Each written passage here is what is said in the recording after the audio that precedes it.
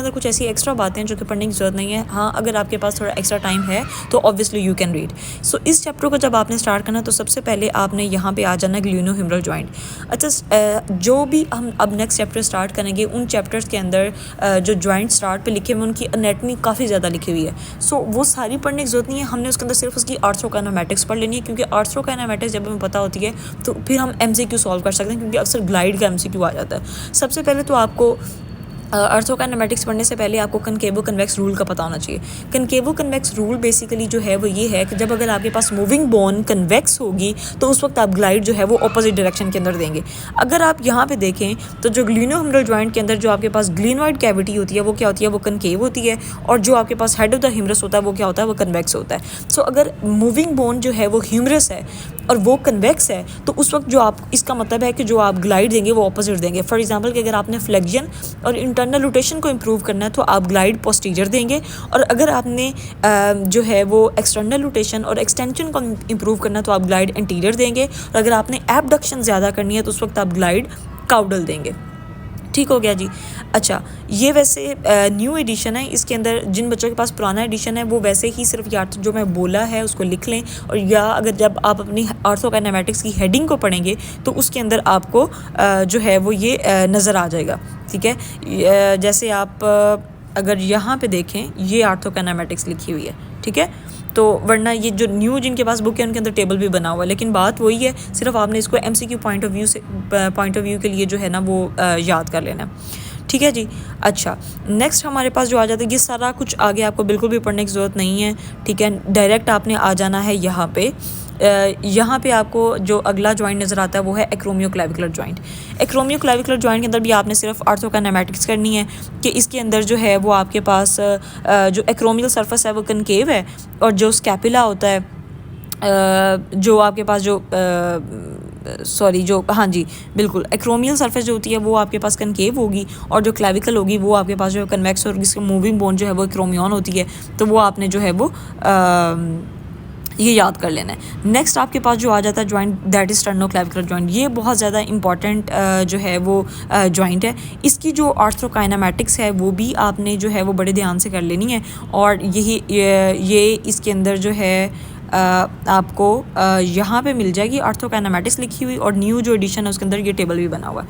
अच्छा, इसके अंदर बेसिकली होता ये है कि जो आपके पास स्टर्नोक्लेविकुलर जॉइंट है उसके ऊपर 4 मूवमेंट्स हो रही होती हैं। एक हो रही होती है एलिवेशन, एक हो रही होती है डिप्रेशन, एक हो रही होती है प्रोट्रैक्शन, और एक हो रही होती है रिट्रैक्शन। ठीक है, सो जब आपके पास एलिवेशन और डिप्रेशन हो रहा होता है, यानी अगर आप क्लेविकल को सुपीरियो इन्फीरियर देखें तो फिर क्लेविकल जो है वो क्या है, वो आपके पास कन्वेक्स है। ठीक है, और अगर आप उसको एंटीरियो पोस्टीरियर देखें तो उस टाइम पे वो क्या है, उस टाइम पे वो कनकेव है।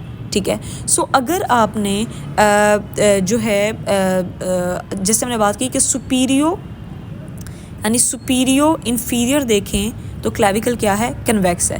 इसका मतलब ये है कि अगर क्लेविकल, जब आपने इसकी जो है वो एलिवेशन को इम्प्रूव करना है तो फिर आप ग्लाइड ऑपोजिट देंगे। ठीक है, क्योंकि superior inferior moving bone convex है, और जब मूविंग बोन आपके पास कन्वेक्स हो तो आपने ग्लाइड कौन सी देनी होती है, ऑपोजिट देनी होती है। इसका मतलब है कि जब आपने एलिवेशन ज़्यादा करनी है तो आपने क्या देनी है, इन्फीरियर ग्लाइड देनी है, और अगर आपने इसका डिप्रेशन ज़्यादा करना है तो फिर आपने क्या करना है, फिर आपने सुपीरियर ग्लाइड देनी है। ठीक हो गया।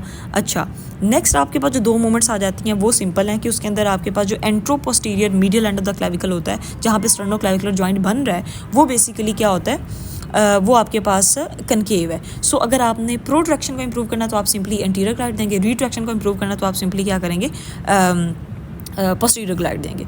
ठीक हो गया जी।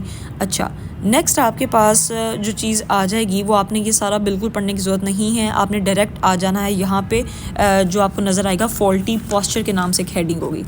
अच्छा, फॉल्टी पॉस्चर के अंदर कुछ बातें हैं। अच्छा, ये जो बातें हम पढ़ने जा रहे हैं ये basically MCQ point of view से या फिर वाइवा के पॉइंट ऑफ व्यू से जो है वो इम्पॉर्टेंट है, रिटन के अंदर ये सच नहीं आता। अच्छा, इसके अंदर आपने जो बात ये देखनी है कि जब एक पर्सन के अंदर फॉरवर्ड हेड पॉस्चर होता है तो उसकी जो स्पाइन होती है वो क्या होता है, काफोटिक हो जाती है। यानी जब आपके पास स्कैपुला जो है वो क्या होता है, उसके अंदर फॉरवर्ड टिल्ट आता है। जब स्कैपुला के ऊपर फॉरवर्ड टिल्ट आता है, और या जब आपके पास फॉरवर्ड हेड पॉस्चर होता है तो आपके पास जो थोरेसिक काइफोसिस होती है वो ज़्यादा हो जाती है, ठीक है। अब इस केस सिनेरियो के अंदर आपको पता है कि जो कुछ मसल्स होते हैं जो वीक हो जाते हैं और कुछ मसल्स होते हैं जो कि बेसिकली टाइट हो जाती हैं, जिनकी फ्लेक्सिबिलिटी कम हो जाती है। अब इसके अंदर जो पेक्ट माइनर है या फिर आपके पास जो लिवेटर है या इसके अलावा जो स्केलिनी मसल्स होते हैं ये वीक हो जाते हैं, क्योंकि जैसे आपके पास अगर पेक्ट माइनर है ना तो इसने स्कैपुला को डाउनवर्ड होल्ड करके रखना होता है, ठीक है, लेकिन स्कैपुला आपके पास जो है वो क्या चली जाती है, फॉरवर्ड चली जाती है। तो जो ये मसल्स होंगे तीनों, इनकी फ्लेक्सिबिलिटी कम हो जाएगी। और जो आपके पास सिरेटस इंटीरियर है जो कि बेसिकली प्रोट्रैक्टर है स्कैपुला का, या जो ट्रेपीजियस मसल है जिसके अंदर अपर ट्रेपीजियस मेनली श्रगिंग के अंदर इन्वॉल्व होता है, तो सिरेटस और ट्रेपीजियस मसल जो होते हैं ये बेसिकली वीक हो जाते हैं, ठीक है। अब इस पॉस्चर के अंदर आपके पास जो ह्यूमरस होती है ना, ये ग्लिनोइड कैविटी के अंदर एक तो एबडक्ट हो जाती है और साथ इंटरनल रोटेशन के अंदर चली जाती है। यहाँ पे लिखा हुआ है कि ह्यूमरस जो है वो ग्लिनोइड कैविटी के अंदर एबडक्ट हो जाती है और इंटरनल रोटेशन के अंदर चली जाती है, ठीक है। और इसकी वजह से आपके पास जो इंटरनल रोटेटर्स होते हैं वो क्या हो जाते हैं, वो लेस फ्लेक्सिबल हो जाते हैं, जो एक्सटर्नल रोटेटर्स होते हैं वो वीक हो जाते हैं। सो इस वाले पैराग्राफ को आपने जो है वो पढ़ लेना यहाँ से, अ फॉरवर्ड हेड जो टिल्ट ऑफ पॉस्चर है। और उसके बाद आप जब ये देखेंगे कि जब आपके पास फॉल्टी फॉरवर्ड हेड होता है, थ्रेसिक काइफोसिस होती है, और जो आपके पास जो स्कैपुला है वो जब फॉरवर्ड जो है वो टिल्ट करता है तो काइफोटिक स्पाइन हो जाती है, ठीक हो गया। ये सिंपल सी बातें हैं, ये आपने एक दफ़ा जो है वो एक दफ़ा पढ़ लेनी है ताकि अगर इन केस के कोई MCQ आता है तो वो आपका जो है ना वो गलत नहीं हो, ठीक है जी। अच्छा, नेक्स्ट आपने जो आ जाना है वो आ जाना है इस जगह पे जो कि है सुप्रा ह्यूमरल स्पेस, या फिर क्या इसको हम कहते हैं सब एक्रोमियल स्पेस।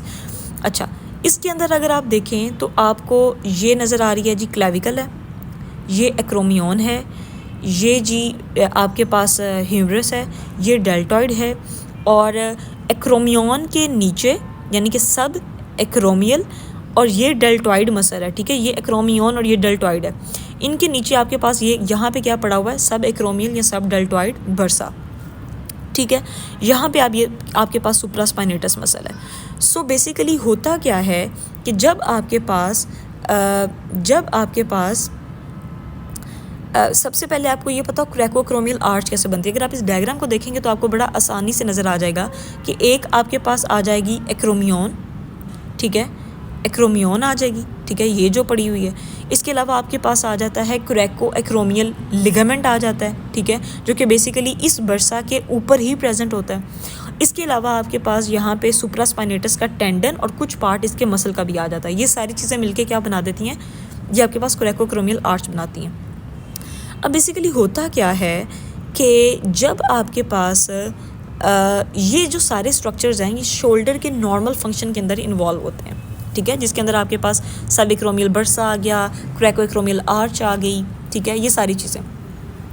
जब आपके पास मसल फंक्शन फॉल्टी होगा, कोई पॉस्चर के अंदर प्रॉब्लम आएगा, जॉइंट की मैकेनिक्स डिस्टर्ब होगी, या सॉफ्ट टिश्यू के अंदर कोई इंजरी हो, या इस एक्रोमियन के अंदर कोई स्ट्रक्चरल एनोमली आ जाए तो आपके पास इम्पिंजमेंट सिंड्रोम आती हैं। इम्पिंजमेंट सिंड्रोम यानी इसका मतलब ये है कि आपके पास ये जो बर्सा है इस लेवल के ऊपर, यानी ये जो स्पेस है ह्यूमरस के ऊपर, ह्यूमरस के अगर ह्यूमरस के अबव है तो उसको कहेंगे सुप्रा ह्यूमरल, एक्रोमियन के नीचे है तो हम इसको कहते हैं सब एक्रोमियल स्पेस। तो इस स्पेस के अंदर बेसिकली अगर इम्पिंजमेंट सिंड्रोम्स जो हैं वो होती हैं किसी भी मसल के फंक्शन के गलत हो जाने की वजह से, पॉस्चर अगर ख़राब हो, जॉइंट मैकेनिक्स ठीक नहीं है, सॉफ्ट टिश्यू के अंदर अगर कोई इंजरी आ गई है, या कोई स्ट्रक्चरल एनोमली है एक्रोमियन के अंदर, ठीक है। और इसके अलावा जब आपके पास रोटेटर कफ का टीयर आ जाता है, रोटेटर का मसल्स कौन से होते हैं, supraspinatus, infraspinatus, teres minor, subscapularis, ठीक है। अगर उनके अंदर भी टीयर आ जाए उस वक्त तो फिर ये जो बर्सा है ये डायरेक्टली कम्युनिकेट करता है ग्लिनोह्यूमरल जॉइंट कैविटी के साथ। ये सिंपली आपको एक बस ना ओवरव्यू इसका होना चाहिए कि यहाँ पे जो है वो इम्पिंजमेंट होती है बेसिकली, ठीक है। अच्छा जी, नेक्स्ट आपके पास जो आ जाएगा वो आ जाता है ये स्कैपुलोह्यूमरल रिदम। अच्छा, स्कैपुलोह्यूमरल रिदम के अंदर एज सच कोई जो है वो ख़ास बात तो नहीं है, क्योंकि ये चीज़ें हमने ऑलरेडी एनाटमी के अंदर पढ़ी होती हैं, ठीक है। इसके अंदर सिंपली आपने ये बात याद रख लेनी है कि जी आपके पास जब फ्लेक्शन या जो एबडक्शन है विद एलिवेशन 150 to 180 डिग्री के अंदर ऑब्वियसली स्कैपुला भी ह्यूमरस के साथ काम कर रही होती है। तो जो इनिशियल जो आपके पास होता है ना क्या कहते हैं उसकी इनिशियल डिग्रीज़ के अंदर, यानी जब आपके पास एबडक्शन 30 डिग्री हो रही होती है और फ्लेक्शन 0 to 60 डिग्री होती है, तो उस वक्त आपके पास जो स्कैपुलर ह्यूमरल जो ग्लिनो ह्यूमरल रिदम होता है वो 2:1 होता है, ठीक है, यानी कि ह्यूमरस ज़्यादा मूव कर रही होती है। लेकिन फिर मिड रेंजेस के अंदर आके ये रेशो 1:1 हो जाती है। इसको बस आपने ये रेशोज़ को थोड़ा बहुत पढ़ लें, लेकिन ये वही पुरानी बात है, इसके अंदर कोई नई बात है नहीं है, ठीक है। नेक्स्ट आपने जो आ जाना वो आ जाना इस जगह पे जो है कि clavicular elevation and rotation with humeral motion. अच्छा, इसके अंदर बेसिकली क्या होता है कि वो कहते हैं कि जब आपके पास जो स्कैपुला है, ठीक है, वो अपवर्ड रोटेट करती है, यानी मैं आपको अब ये बताने लगी कि इस पैराग्राफ के अंदर क्या लिखा हुआ है। इसके अंदर वो कहता है कि जब आपके पास स्कैपुला अपवर्ड, जो फर्स्ट 30 डिग्री तक जब स्कैपुला की अपवर्ड रोटेशन होती है ना, तो उस वक्त आपके पास जो स्टर्नोक्लेविकुलर जॉइंट होता है वहाँ पे जो क्लेविकल है उसके अंदर एलिवेशन होती है। यानी जब आपके पास स्कैपुला, ये अब एक इमेजिनरी सी डायग्राम बना लगे कि अंदर फर्स्ट 30 डिग्री के अंदर जब अपवर्ड रोटेशन होती है तो जो स्टर्नो, अब ये इमेजिन करें कि यहाँ पे आपके पास ये क्लेविकल पड़ी हुई है और ये स्टर्नोक्लेविकुलर जॉइंट है, ठीक है।